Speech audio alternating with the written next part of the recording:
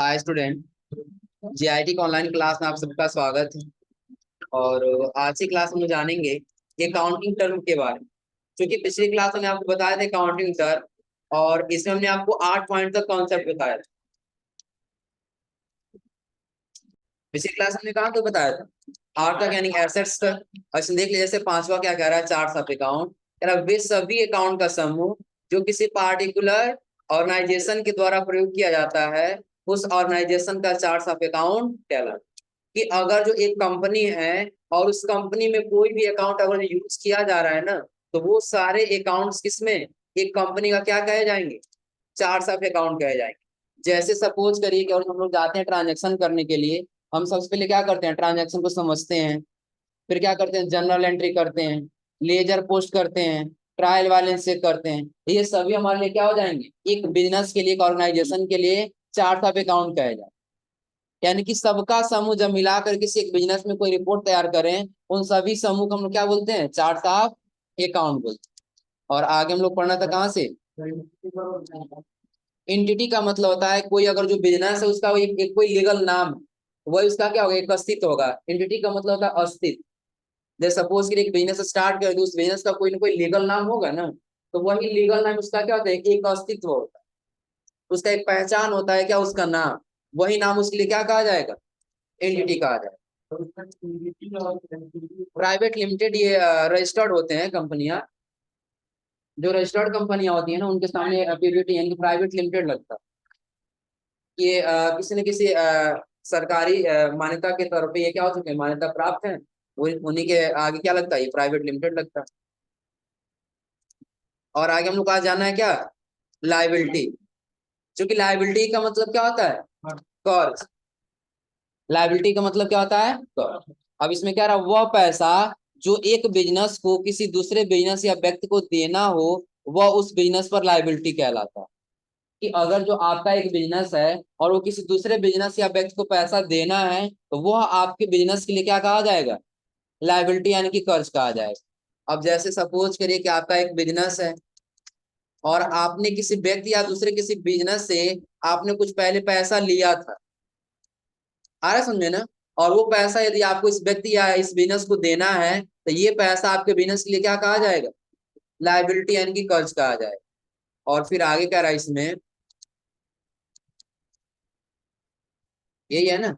अब आकर जैसे क्रेडिटर से खरीदा गया उधार सामान का पैसा बैंक से लिया गया लोन का amount। कि अगर जो आप अपने सप्लायर से, सपोज के जहां से आप सामान खरीद के लाते हैं अपने बिजनेस में, और अपने बिजनेस में यदि आपने क्या किया हो, उधार सामान खरीदा, अभी पैसा नहीं दी, और वो पैसा यदि आपको देना हो, क्या करना हो, पैसा यदि देना हो, तो वो आपके बिजनेस के लिए क्या कहा जाएगा, लाइबिलिटी। प्लस दूसरा कह रहा बैंक से लिया गया लोन का अमाउंट। कि यदि आपने किसी बैंक से लोन लिया है अपने बिजनेस को चलाने के लिए, तो वो लोन का अमाउंट आपके बिजनेस के लिए क्या कहलाएगा, लाइबिलिटी यानी कि कर्ज कहलाएगा। क्लियर सबको ना। और फिर अगला हमारा क्या रहा, यहाँ पे कैपिटल। तो कैपिटल क्या होता है, तो यहाँ कह रहा बिजनेस के मालिक, जिसको हम लोग क्या कहते हैं, प्रोप्राइटर कहते हैं। अब कह रहा है प्रोप्राइटर के द्वारा बिजनेस में इन्वेस्ट किया गया पैसा कैपिटल कहलाता। कि अगर जो कोई बिजनेस का मालिक अपनी बिजनेस में कुछ पैसा इन्वेस्ट करता है, तो वह पैसा उस बिजनेस के लिए क्या कहा जाएगा, कैपिटल कहा जाएगा। अब सपोज करें हम ये मान के चले कि हमारा कोई बिजनेस हुआ, एक हमने क्या ले लिया, बिजनेस। और इस बिजनेस हम क्या करें, कुछ पैसा लगा रहे, तो पैसा कौन लगाएगा, प्रोप्राइटर। जो मालिक लगाए उसको हम लोग क्या कहेंगे, प्रोप्राइटर। और ये हमारा क्या है, बिजनेस। जो पैसा लगेगा वो पैसा हमारा क्या कहलाता है, कैपिटल कहलाता है। क्या कहलाता है, कैपिटल। यानी कि जब कोई बिजनेस का मालिक अपने बिजनेस में पैसा लगाता है, वो पैसा उसके लिए क्या कहा जाएगा, कैपिटल कहा जाएगा। और फिर आगे कह रहा है, किसी व्यापार को प्रारंभ करने के लिए व्यापार के मालिक द्वारा लगाया गया धन उस बिजनेस का कैपिटल कहलाता है। कि जब कोई आपको बिजनेस क्या करना है, स्टार्ट करना है, और उस बिजनेस में यदि कोई व्यापार का मालिक उसमें पैसा लगा रहा है, तो वह पैसा उस बिजनेस के लिए क्या होगा, कैपिटल होगा। अब सपोज करिए कि आप अपने बिजनेस में पैसा लगा रहे, तो पैसा आपके बिजनेस के लिए क्या होगा, कैपिटल। और फिर आगे कह रहा है जब बिजनेस में प्रॉफिट होता है तो कैपिटल इंक्रीज होता है, और जब बिजनेस में लॉस होता है तो कैपिटल डिक्रीज होता है। तो प्रॉफिट का मतलब सबको क्लियर होगा ना। अब सपोज करिए कि पहली बार जो है आपने अपने बिजनेस में 10,000 रुपया कितना लगाया, 10। तो जब 10,000 लगाया तो सपोज करिए जब आपने 10,000 लगाया तो आपका प्रॉफिट हुआ इसमें कितना, मान के चलिए 5। कितना हुआ, 5। प्रॉफिट हुआ ये 5। जब प्रॉफिट होगा तो इसमें जुड़ेगा ना, प्रॉफिट और क्या होगा, जुड़ेगा। यानी कि तब टोटल आपका कितना हो जाएगा, 15। कितना होगा, 15। तब आपका ये 5 शेयर इसमें क्या हुआ, आपका कैपिटल इंक्रीज हुआ कि डिक्रीज हुआ, इंक्रीज हुआ। लेकिन यही हम ये कहेंगे नहीं, आपका 5,000 जो है वो प्रॉफिट नहीं होकर के बल्कि इस पर क्या हुआ, लॉस। क्या हुआ, जब लॉस हुआ, नुकसान हुआ, ये किस किसमें माइनस हो जाएगा 5,000 में, तो कितना बचेगा, 5। अब आपका कैपिटल डिक्रीज हुआ कि इंक्रीज हुआ, डिक्रीज। यदि हम अपने बिजनेस में जाएंगे, बिजनेस में कोई भी अगर पैसा लगाते हैं तो उस पैसे को हम लोग क्या बोलेंगे, कैपिटल। और यदि हमारा कैपिटल क्या होता है, प्रॉफिट होता है तो कैपिटल इंक्रीज होगा, और ये लॉस में जाता है तो हमारा कैपिटल क्या होगा, क्लियर सबको है ना। और फिर अगला हमारा कह रहा है क्या, इनकम। क्या कह रहा है, इनकम। क्या बताओ, प्रोप्राइटर का मतलब हो जाएगा मालिक। प्रोप्राइटर का मतलब क्या होगा, मालिक। अब समझे, यहाँ पे यही कह रहा है ना कि एक हमने ये समझा कि हमारे पास क्या है, एक बिजनेस। एक हमारा क्या है, बिजनेस। और कोई बिजनेस का मालिक यानी कि प्रोप्राइटर जब पैसा लगाएगा इसमें, तो पैसा लगाएगा वो पैसा इसके लिए क्या कहलाएगा, कैपिटल। आ रहा समझे ना। अब सपोज करो कि ये तुम और ये तुम अपने बिजनेस में पैसा लगा, जब पैसा अपने बिजनेस में दोगे, वो बिजनेस के लिए क्या कहा जाएगा, कैपिटल कहा जाएगा। और ये कैपिटल कब इंक्रीज होगा, तो जब तुम्हारे बिजनेस में प्रॉफिट होगा तो क्या होगा, इंक्रीज। और जब इस बिजनेस में लॉस होती है क्या होगा, अब क्लियर है ना। और फिर अगला कह रहा है हमारा इनकम। इनकम का मतलब क्या होता है, इनकम का मतलब क्या होता है कि जब हम अपने बिजनेस में कोई पैसा रिवेन्यू करते हैं यानी कि कमाते हैं, और उसमें कुछ एक्सपेंस भी हो जाता है, उन सब का डिफरेंट हमारा क्या कहलाता है, इनकम कहलाता है। जैसे इसका एक हम उदाहरण ले लें कि हमने क्या किया, टोटल हमने बिजनेस में कितना लगाया था, प्लस हमने कमाया कितना, 5। कितना हमने कमाया, 5। अब यहाँ पे कह रहा है बिजनेस की रेवेन्यू और एक्सपेंस का डिफरेंट, कि उस बिजनेस का इनकम कहलाता है। तो अगर जो आपने 10,000 क्या किया, 10,000 आपने लगाया, अभी आपने बेचा कितना, 5। क्या सपोज कि आपने टोटली बेच दिया और उसमें आपने प्रॉफिट कमाया कितना, 15। 10,000 खरीद कर कितना में बेच दिया उसको, 15,000। जब 10,000 में खरीदे और 15,000 में बेचे हैं, इसके साथ साथ आपने कुछ एक्सपेंस भी तो किया होगा ना, इसके साथ साथ क्या किए होंगे, कुछ एक्सपेंस किए होंगे। इस बार सपोज करिए आपने टोटल एक्सपेंस कितना कर दिए, एक। एक्सपेंस कितना कर दिए, एक। आपने लगाया कितना था, मतलब खर्च कितना कर दिए, एक। तो टोटल आपकी पूरी लागत कितनी आ जाएगी, कितना आ जाएगा, 11। अब इस 11,000 में आपने बेचा कितना, 15,000 में। जब 15,000 में से 11,000 जब माइनस करें कितना बचेगा, यही 4,000 आपके बिजनेस के लिए क्या कहा जाएगा, इनकम का। कि आपने जितना पैसा लगाया और जितना आपने एक्सपेंस किया, उसके बाद जो डिफरेंट बचेगा वही डिफरेंट आपका क्या कहलाएगा, इनकम का। क्या डिफरेंट यही आ रहा है ना, कि आपने टोटल पैसा और अपना एक्सपेंस कितना लगाया है, 11, और आपने उसको बेचा कितना में, 15 में। इन दोनों के बीच का जो डिफरेंस है वो कितना है, 4। यही आपका क्या है, क्या, इनकम और प्रॉफिट में कोई खास अंतर नहीं। अब इसमें अगर हमने एक्सपेंस लिया तो इसमें सभी प्रकार के एक्सपेंस इसमें इन्वॉल्व नहीं आ रहे, समझे ना। इस एक्सपेंस हम क्या लेंगे, जैसे सपोज एक हमारा बिजनेस पडरौना में है और हम गोरखपुर से कोई सामान खरीद के ला रहे हैं, आ रहे समझे ना। तो उससे हमारा कुछ न कुछ फ्रेट चार्ज लगा हो, कुछ न कुछ भाड़ा लगा हो, उससे कोई एक्सपेंस ऐड कर। अब हमारे बिजनेस में कुछ अलग भी तो एक्सपेंस होते हैं ना, अपने बिजनेस को चलाने के लिए रूम रेंट देंगे, बिजली का बिल खर्च करेंगे, प्लस हमें तो हमारे लिए कुछ कुछ खर्च चाहिए ही चाहिए। इस सारा खर्च मिलाएंगे और उसके बाद से जो पैसा बचेगा तब वो हमारा प्रॉफिट है। आ रहा समझे ना। और सिर्फ हम अपना एक्सपेंस के जो इस वस्तु पे और उसमें जो पैसा बचा हुआ हमारा क्या कहा जाएगा, आ रहा समझे ना।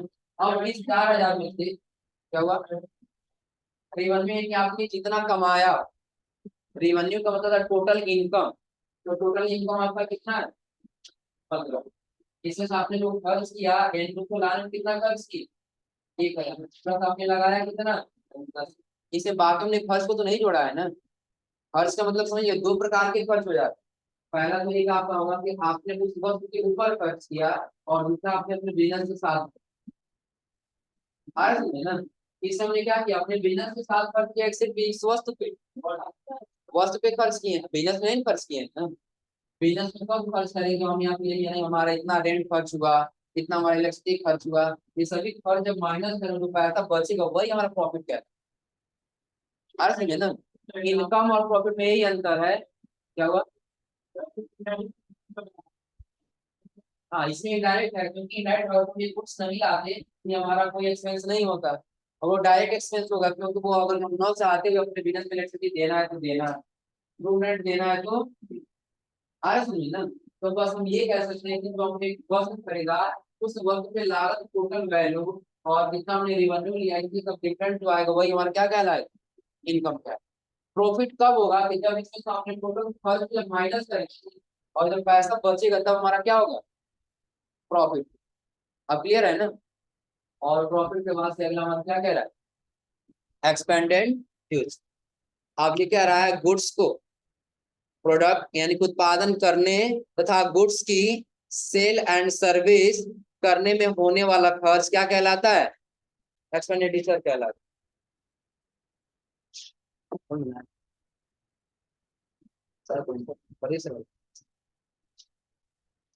यानी कि अगर हम कोई भी सामान खरीदते हैं यानी कि सेल करते हैं, अब सपोज हमने ये खरीदा था कितना में, 10,000 में, और इसको हमने बेचा कितना में, 15,000। तो क्वालिटी से लेकर जितना हमने खर्च किया वही हमारा क्या कहलाएगा, एक्सपेंडिचर कहलाएगा। और फिर आगे क्या कहते हैं, यहाँ तक क्लियर है ना। इनकम उसके बाद क्या, एक्सपेंडिचर, और उसके बाद से अगला भी प्रॉफिट दिया है ना। तो प्रॉफिट, अब समझिए इसी में प्रॉफिट भी दिया है, कह रहा है the excess amount of revenue over expense during an accounting period called profit. कि अगर जो एक अकाउंटिंग पीरियड में आपने जितना रेवेन्यू किया उसमें से आपने अगर जो सारा एक्सपेंस निकाल दिया और जो पैसा बचेगा वही आपका क्या कहलाएगा, प्रॉफिट क्या। जैसे हमने इनकम निकाला था ना, हमने क्या निकाला, अब इस इनकम में सपोज आपने इनकम कितना कर लिया, 4,000। 4,000 आपने टोटल कमाया है, इसमें से आपने दे दिया 1,000 रूम रेंट, 1,000 क्या दे दी रूम रेंट, 500 आपने क्या दे दिया इलेक्ट्रिसिटी खर्च दे दिया। ये दोनों को जोड़ेंगे कितना होगा 15। ये 15 से जब माइनस करेंगे जो पैसा बच जाएगा जिसमें आपका कोई खर्च इन्वॉल्व नहीं है वही पैसा आपके लिए क्या कहलाएगा, प्रॉफिट कहलाएगा। यानी कि वो पैसा कि अब उसके ऊपर आपको कोई खर्च नहीं देना है तो वही पैसा आपके बिजनेस के लिए क्या होगा, प्रॉफिट।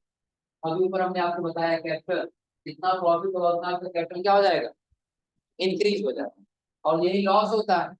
लॉस कब होगा कि आपने खरीदा कितना में, 10,000, आपने उसको लाने में कितना लगाया, 1, तो टोटल आपकी कुल लागत कितनी आ गई 11, और आपने इसको बेच दिए 11,000 रुपये, कितना बेच दिए, इसी कारण से आपने 11,000 में खरीदा, 11,000 क्या कर दिया, बेच। तो प्लस आपने कोई इनकम कमाया, कोई इनकम हुआ है, यानी कि अभी आपके पास 0 रुपया इनकम हुआ, प्लस आप अपना एक्सपेंस निकालिए, देख लिया रूम रेंट और 500, आपका माइनस में कितना जाएगा 15। तो यहाँ पे आपका कैपिटल इंक्रीज हुआ तो डिक्रीज होगा, डिक्रीज। अब क्लियर सबको है ना। और फिर अगला कह रहा है गेन। गेन का मतलब क्या समझ लीजिए कि जो क्या हो आकस्मिक रूप से, यानी कि अचानक से कोई पैसा प्राप्त हो जाए तो हम क्या कहते हैं,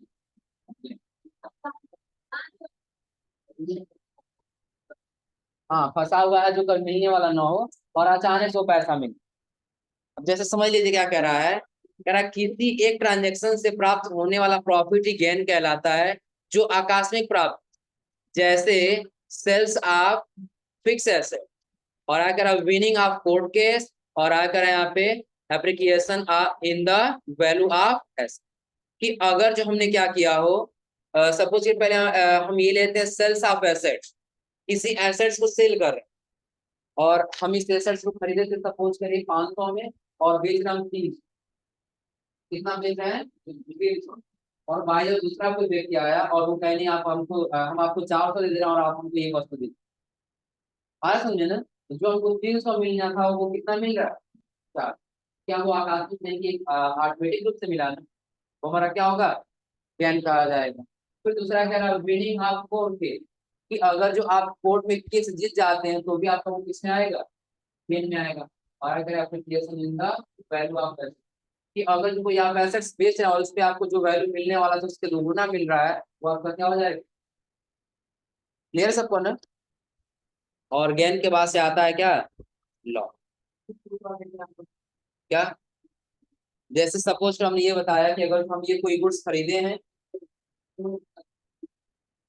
अब तुम अपने बिजनेस सपोज करो तुम्हारे ऊपर कोई केस चल रहा है और अचानक तुम वो जीतने वाले नहीं थे, लेकिन तुम्हारे वकील ने तुम्हारे केस को जिता दिया। आ रहा समझे ना। अब अगर जो कोर्ट में कोई मुकदमा चलता है तो कोई जरूरी नहीं होता कौन जीते और कौन हारेगा। आ रहा समझे ना। और कोई ऐसा आकस्मिक कारण है जिसके कारण तुमको वो केस क्या होगा जीत, वो एक प्रकार का क्या प्रॉफिट ही तो माना जाएगा ना। अब सपोज करो कि तुम्हारा जो बिजनेस है ना, इस बिजनेस में दो लोग आपस में क्या हो रहा है विवाद चल रहा है। वो जीतेगा तो उसके प्रति बिजनेस में जाएगा और तुम जीतोगे तुम्हारे प्रति आएगा। तो अगर जो दोनों लोग केस लड़ रहे हैं तो किसी कारण तुम अगर अपना बिजनेस जीत जाते हो, अपना केस जीत जाते हो तो किसके अंडर में आ जाएगा, अपने अंडर में आती है, क्या कहलाएगा ज्ञान प्रॉफिट। अब क्लियर है ना।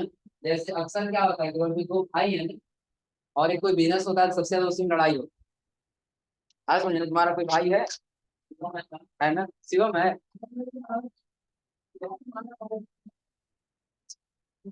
और अगला हमारा आता है क्या लॉस। लॉस क्या है, कह रहा है किसी अकाउंटिंग पीरियड में एक्सपेंस का अमाउंट रिवेन्यू से जितना अधिक होगा वह अमाउंट ही बिजनेस का क्या कहलाएगा लॉस का है। कि अगर जो हमारा कोई बिजनेस है ना और इसमें जितना हमने रिवेन्यू किया है और उससे जितना अधिक हमारा एक्सपेंस होगा वही पैसा हमारे लिए क्या होगा लॉस कहलाएगा। कैसे, तो सपोज करिए कि आपने अपने बिजनेस में खरीदा कितने रुपए का 1000, कितना खरीदे 1000। और सपोज करिए आपने कुछ प्रॉफिट रख के समझ के बेचा कितना रुपए में 1100, लेकिन आपने खर्च कुछ ज्यादा कर दिया। खर्च ज्यादा क्या किया लागत में आपने लगा दिया कितना 50, उसको लागत में कितना लगा दिया 50। आपका रूम रेंट आ गया कितना 50, आपने इलेक्ट्रिसिटी बिल दे दिया कितना 50। जब इन तीनों को जोड़ेंगे तो टोटल आपका कितना आएगा 100। और फिर ये मिलके कितना हो जाएगा 1100। और आपने बेचा कितना में, तो रिवेन्यू से अधिक कितना हो रहा है तो माइनस में कितना जाएगा। तो ये कि आपका माइनस वाला वैल्यू जितना अधिक होगा वही आपके लिए क्या कहा जाएगा लॉस है। क्लियर सबको ना। और ये हमारा एक्सपेंस कम होता और ये हमारा रिवेन्यू ज्यादा हो, रिवेन्यू क्या होता ज्यादा होता और एक्सपेंस कम होता, वहां पर हमारा क्या होता प्रॉफिट होता। लेकिन रिवेन्यू से अधिक एक्सपेंस है तो वही हमारा क्या होगा, यानी कि रिवेन्यू से यानी जितना हमने कमाया उससे अधिक जितना एक्सपेंस होगा वही हमारे लिए क्या कहा जाए प्रॉफिट। क्लियर सबको ना। यानी कि अभी आपने कमाया कुछ 1100 और आपने खर्च करे कुछ कितना 11.5, अधिक कितना हो रहा है 50 रुपया आपका क्या हो रहा है लॉस। क्लियर सबको ना। और फिर अगला हमारा आता है क्या डिस्काउंट। डिस्काउंट कितने लोग जानते हैं, सबको जानता है ना। बताइए लो डिस्काउंट कितने प्रकार का होता है, कौन कौन, ट्रेड डिस्काउंट और कैश डिस्काउंट। चलिए समझ लीजिए, कह रहा डिस्काउंट किसी गुड्स की प्राइस होने वाले डिडक्शन, डिडक्शन का मतलब है छूट या कटौती ही डिस्काउंट कहलाता।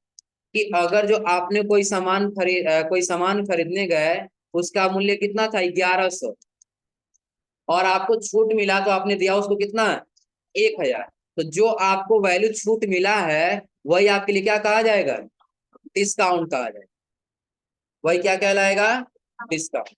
अब इस डिस्काउंट में यहाँ पे क्या कह रहा है आगे, कह रहा है डिस्काउंट दो प्रकार का होता है, पहला होता है ट्रेड डिस्काउंट और दूसरा होता है कैश डिस्काउंट।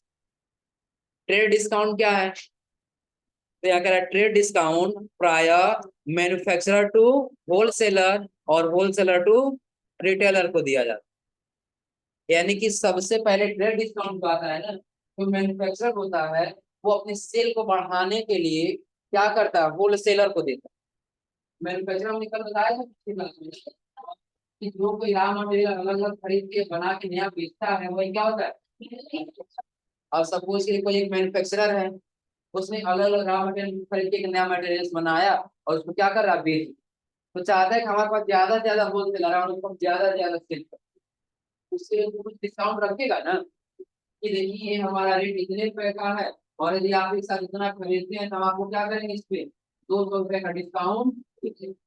जब कोई होलसेलर जाने कि नहीं इसमें 200 डिस्काउंट मिल रहा है, तो क्या है कि उसको खरीद कर लेकर के ज्यादा ज्यादा सेल होगा। फिर क्या रहा, होलसेलर टू रिटेल, कि अगर जो मैन्युफैक्चरर से होलसेलर खरीदा तो डिस्काउंट मिला, तो होलसेलर से रिटेलर खरीदेगा तो भी डिस्काउंट मिला। जैसे एक उदाहरण दे रहे हैं, अगर जो आप चले जाएंगे ना किसी मेडिकल की दुकान पे कोई दवा खरीदने, आपको डिस्काउंट नहीं मिलेगा, मिलेगा कोई डिस्काउंट, लेकिन वही यदि कोई एक दुकानदार है जिसका बिजनेस है, जिसका कोई मेडिकल है और वो किसी दूसरे बड़े मेडिकल पे जाता है तो उसको 10% 15% जरूर डिस्काउंट क्यों मिलता है, क्योंकि उसको क्या करना, अपने सेल को बढ़ाना है। कि अगर जो आज हम इसको 10% का डिस्काउंट दे रहे हैं ना, इसका बिजनेस ये दवा बेचेगा, फिर अगले दिन आएगा हमारे पास से लेकर के, वो किसके लिए क्या किया, सेल को बढ़ाने के लिए। अब वही कह रहा है यहाँ पे कि मैन्युफैक्चरर किसको देगा, होलसेलर को, और होलसेलर किसको देगा, रिटेलर। कह रहा है जिसका मुख्य उद्देश्य सेल को प्रमोट करना होता है, जिसका एक ही उद्देश्य होता है क्या करना, सेल को प्रमोट करना। और कह रहा है यह डिस्काउंट प्राय एक फिक्स परसेंटेज के रूप में ही होता है, कि अगर जो डिस्काउंट है वो मिलेगा आपको ना, एक परसेंटेज के रूप में फिक्स मिलेगा, 10%, 15%, 20% या 25। आया समझ, एक फिक्स वैल्यू रहेगा कि अगर जो आप इतने रुपए का सामान खरीद लेते हैं तो आपको 10% का डिस्काउंट मिल जाए। क्योंकि और जब हम जाएंगे होलसेलर रिटेलर के पास खरीदने के लिए, एक या दो लेंगे, हमको डिस्काउंट मिलने वाला, लेकिन वही अगर जाएगा तो 10 पीस या 25 पीस खरीदता है तो उसके ऊपर उसको क्या होगा, परसेंटेज के ऊपर उसको डिस्काउंट। वो किस प्रकार का डिस्काउंट कहा जाएगा, ट्रेड डिस्काउंट। किस प्रकार का डिस्काउंट कहलाएगा, ट्रेड डिस्काउंट। और फिर अगला कह रहा है कैश डिस्काउंट। अगला क्या होता है, कैश डिस्काउंट। तो कैश डिस्काउंट जो है अपने जो भी हमने पैसा दिया हो वो कैश को टाइमली कलेक्ट करने के लिए हम किसका इस्तेमाल करते हैं, कैश डिस्काउंट। जैसे सपोज करिए हम जा रहे हैं कोई सामान खरीदने के लिए, हमने खरीदा कितने रुपए में, 1,000। कितना खरीदा, 1,000। हमारे पास टोटल सपोज करिए कितना है, 9।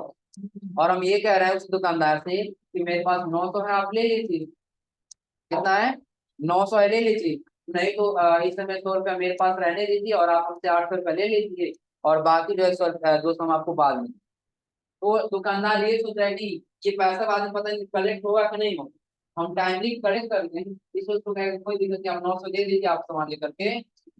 उसने 100 रुपया क्या किया, डिस्काउंट। ये परसेंटेज में नहीं है, किसमें है, एक अमाउंट में। यानी क्यों, ये चाहता है दुकानदार हम अपने कैश को टाइमली क्या कर ले, कलेक्ट कर।